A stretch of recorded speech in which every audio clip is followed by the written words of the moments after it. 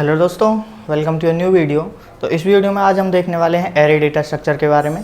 इससे previous video में हमने डेटा स्ट्रक्चर के बारे में देखा था कि डेटा स्ट्रक्चर क्या होता है। वहाँ पे हमने कुछ डेटा स्ट्रक्चर्स को लिस्ट डाउन किया था, जिनमें से आपके एरे हो गई, link list, Q, tree, graph, ये वहाँ पे हमने डेटा स्ट्रक्चर को लिस्ट डाउन किया था। तो आज उनमें से हम जो कि आपका एरे डेटा स्ट्रक्चर है उसके बारे में देखेंगे कि एरे डेटा स्ट्रक्चर होता क्या है और ये कैसे एग्जिस्टेंस में आया। तो चलिए स्टार्ट करते हैं एरे डेटा स्ट्रक्चर। तो एरे डेटा स्ट्रक्चर स्टार्ट करने से पहले मैं आपसे कहना चाहूँगा कि पहले आप थोड़ी देर के लिए भूल जाइए कि एरे नाम की कोई चीज़ होती है। हम देखेंगे कि कैसे एग्जिस्टेंस में आया। तो इसको समझाने के लिए मैंने यहाँ पर एक एग्जांपल लिया है, जिसके अंदर हम क्या देखेंगे, मैंने कुछ नंबर्स लिए हैं, हम कैसे उन नंबर्स को मेमोरी के अंदर स्पेस ऑक्यूपाई कराते हैं और कैसे हम उनका सम करते हैं। तो चलिए स्टार्ट करते हैं। तो जैसा कि आप देख पा रहे हो, यहाँ पे मैंने कुछ नंबर्स लिए हैं, ये आपके नंबर्स हैं। To sum and store these in memory we use C++। Means इन नंबर्स को कैसे मेमोरी के अंदर स्पेस मिलता है और कैसे हम इनका सम करते हैं, इसके लिए मैंने C या C++ का प्रोग्राम यूज करने वाला हूँ। आई होप आपको C या C++ प्रोग्रामिंग लैंग्वेज आती होगी। अगर आपको C या C++ प्रोग्रामिंग लैंग्वेज नहीं आती तो आपको थोड़ी प्रॉब्लम होने वाली है। तो चलिए यहाँ पे देखते हैं। मैंने यहाँ पे एक छोटा सा प्रोग्राम लिया है जो कि आपका मेन फंक्शन है वॉइड, जो कि आपको पता होगा। इसके अंदर मैंने क्या किया है, मुझे मान लीजिए 6 नंबर्स का सम करना है जो कि मैंने यहाँ पर लिए हुए हैं। तो मुझे कितने वेरिएबल्स की ज़रूरत पड़ेगी, आपको पता होगा 6 वेरिएबल्स की ज़रूरत पड़ेगी, जो कि मैंने यहाँ पे इन टाइप के 6 वेरिएबल लिए हैं। मैंने ए के अंदर 3 असाइन किया है, बी के अंदर 5 असाइन किया है एंड सो ऑन। इसी तरीके से एफ के अंदर मैंने 2 असाइन किया है। तो सभी वेरिएबल्स के अंदर अब हमारी वैल्यू आ चुकी है। अब हमें करना क्या है, अब हमें सम करना है। तो सम के लिए मैंने एक वेरिएबल लिया है, क्योंकि जो हमारा सम होके आएगा उसको भी तो हमें कहीं ना कहीं स्टोर करना होगा। तो मैंने यहाँ पे इन टाइप का ही सम नाम का एक वेरिएबल लिया है, जिसके अंदर कि हमने इन सभी की वैल्यू को ऐड किया है और उसके अंदर डाला है। उसके बाद क्या करेंगे, हम सीधा प्रिंट करते हैं। तो मैंने सी आउट की मदद से यहाँ पे प्रिंट करा दिया है। आई होप आपको इतना समझ में आया होगा। तो यहाँ पे आप अब देख पा रहे होगे कि यहाँ पे मैंने एक मेमोरी का छोटा सा सिनेरियो लिया है, जिसमें कि जो हर एक ब्लॉक है आपके 1 बाइट को रिप्रेजेंट करता है। मीन्स आपके हर ब्लॉक का जो साइज है वो 1 बाइट का मैंने यहाँ पे कंसीडर किया है। ये आपकी मेमोरी का छोटा सा सिनेरियो हो गया। अब आपको एक चीज़ पता होगा कि जो आपका इंट होता है हर कंपाइलर के लिए डिफरेंट होता है। अगर आप टर्बो कंपाइलर अगर यूज कर रहे हो तो वहाँ पे जो इंट का साइज होगा वो आपका 2 बाइट का होगा। अगर आप कोड ब्लॉक यूज कर रहे हो तो वहाँ पे जो इंट का साइज होता है आपका 4 बाइट का होता है। तो इस प्रोग्राम के अंदर मैंने जो इंट का साइज है वो 2 बाइट का कंसीडर किया है, 2 बाइट का। तो चलिए देखते हैं अब कैसे हम इन जो आपके वेरिएबल्स हैं इनको मेमोरी के अंदर स्पेस ऑक्यूपाई होता है। तो अब जो आपका ए है, इसको कैसे मेमोरी मिलेगी, ये हमारी पूरी मेमोरी है। अब 3 को कहीं भी स्पेस ऑक्यूपाई हो सकता है, क्योंकि ये रैंडमली होता है।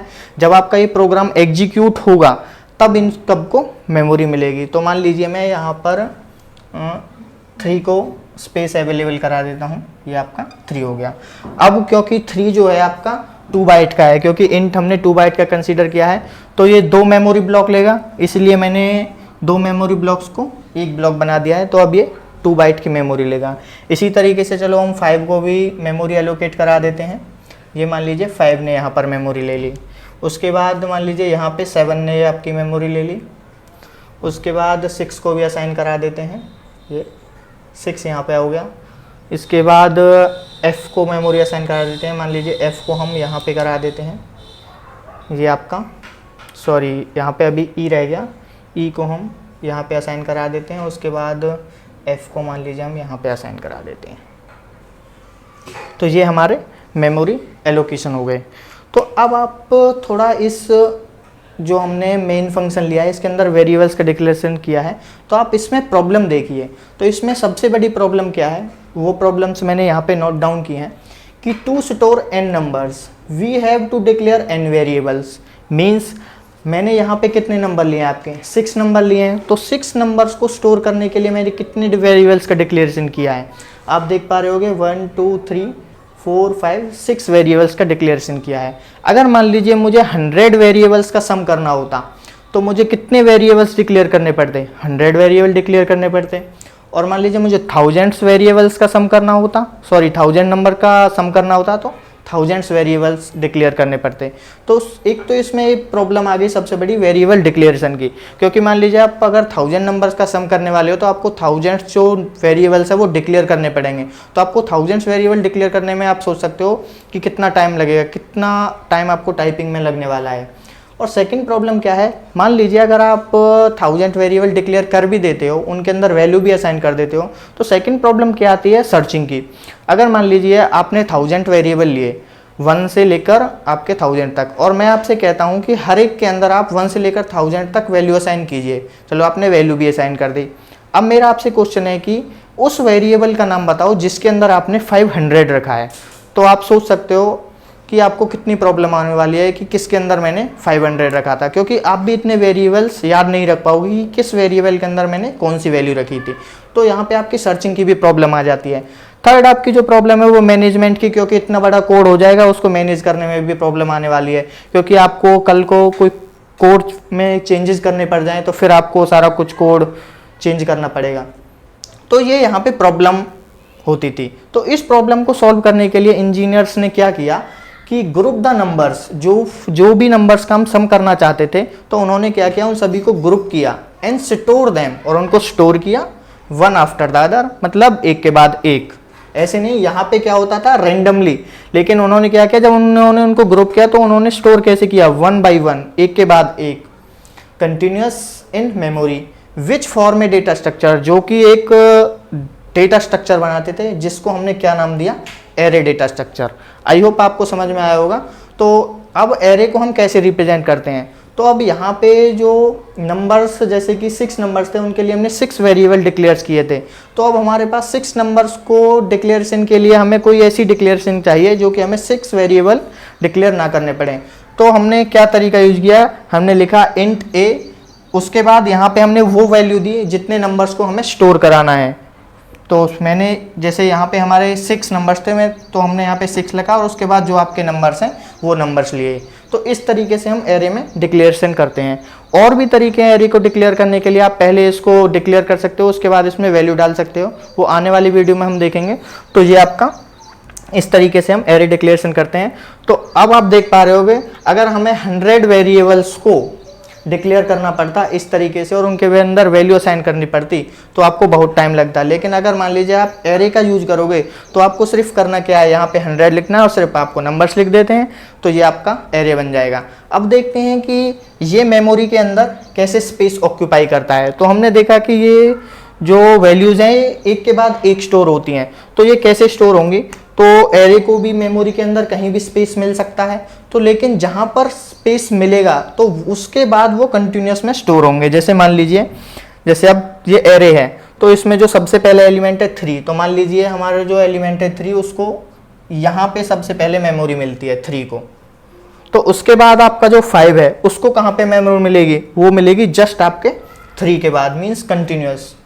तो 5 को कहाँ पे मिल जाएगी मेमोरी, यहाँ पे मिल जाएगी। उसके बाद 7 को मेमोरी कहाँ मिलेगी, जस्ट इसके बाद, मीन्स ये आपके दोनों जो ब्लॉक्स हैं ये एक होने वाले हैं 7।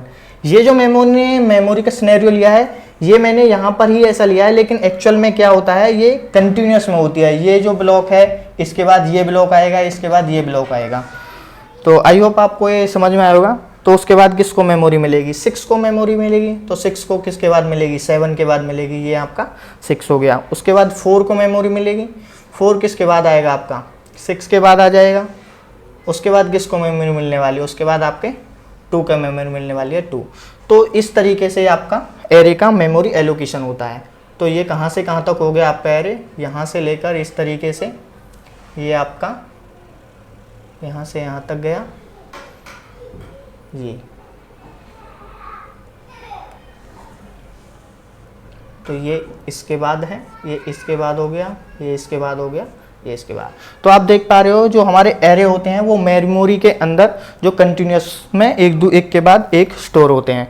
तो ये हमारा एरे हो गया। अब देखते हैं कि एरे की जो डेफिनेशन है वो क्या निकल कर आती है कि it is a linear data structure. जैसा कि आप देख पा रहे हो ये क्या है, एक के बाद एक स्टोर होते हैं, तो ये एक प्रकार से लीनियरली स्टोर हो रहे हैं, मीन सीक्वेंशियली स्टोर हो रहे हैं, तो इसीलिए इनको लीनियर डेटा स्ट्रक्चर कहा जाता है। And collection of similar types element. अब एरे की एक खास बात और होती है, क्यों ये जो होते हैं ये सिमिलर टाइप्स के एलिमेंट को स्टोर करते हैं, और ऑब्वियसली होना भी चाहिए बिकॉज क्योंकि मान लीजिए आपके पास ये आपके इंटीजर जो नंबर्स हैं, अब इनको मान लीजिए आपको किसी एरे में स्टोर करना हो। अब आपको पता है कि एरे के डिक्लेरेशन के लिए आप या तो एरे को डिक्लेयर करते टाइम या तो कोई ना कोई एक डेटा टाइप जरूर लिखोगे, या तो वो इंट टाइप का होगा या फिर फ्लोट टाइप का होगा या फिर डबल टाइप का होगा। अगर मान लीजिए आपने एरे के नाम के आगे जैसे हमने यहाँ पे इंट लिखा है तो इंट लिख दिया, तो इसके अंदर सिर्फ आप इंटीजर वैल्यू ही डाल सकते हो। अगर मान लीजिए मैं यहाँ पे करेक्टर वैल्यू डाल देता हूँ तो ये वैसे भी गलत हो जाएगा, क्योंकि यहाँ तो आपने लिखा इंट और ये फिर करेक्टर हो गया, तो ये तो ऑब्वियसली वैसे ही गलत है। तो इसी वजह से जो एरे होते हैं वो सिमिलर टाइप की वैल्यू कंटेन करते हैं। अगर आपका एरे का टाइप इंट होगा तो वो इन टाइप की वैल्यू कंटेन करेगा, अगर आपका एरे का टाइप करेक्टर होगा तो करेक्टर टाइप की वैल्यू लेगा, अगर एरे का टाइप आपका जो भी हो वो उसी टाइप की वैल्यू ही कंटेन करेगा। तो एरे क्या है? Collection of similar types element continuous in memory, जो कि आपको पता है ये कंटिन्यूस इन मेमोरी होते हैं। सेकंड पॉइंट इसका क्या हो जाता है, अब जो यहाँ पे हमें प्रॉब्लम आ रही थी वो प्रॉब्लम क्या थी, यहाँ पे हमने सर्चिंग की जो प्रॉब्लम थी, तो वो जो सर्चिंग की प्रॉब्लम है वो इसमें इतनी अराइज नहीं होती। तो वेरियस ऑपरेशन सच है जैसे कि इंसर्शन हो गया, डिलीशन हो गया, सर्चिंग हो गई, सॉर्टिंग हो गई, ये इसमें इजीली परफॉर्म हो जाते हैं। आने वाली वीडियो में हम देखेंगे कि कैसे हम एरे के ऊपर ये ऑपरेशंस परफॉर्म करते हैं, कैसे इसमें सर्चिंग इजी होती है, इंसर्शन डिलीशन इसमें हम कैसे करते हैं, वो सब कुछ हम एग्जाम्पल के थ्रू देखने वाले हैं। इसका नेक्स्ट पॉइंट क्या है कि it is most popular than other data structure. जैसा कि आपको पता है एरे के बारे में कि एरे सबसे ज़्यादा यूज किया जाता है, तो ये मोस्ट पॉपुलर डेटा स्ट्रक्चर है अदर डेटा स्ट्रक्चर की तुलना में। और नेक्स्ट पॉइंट क्या है, it is also use to implement stack and queue data structure.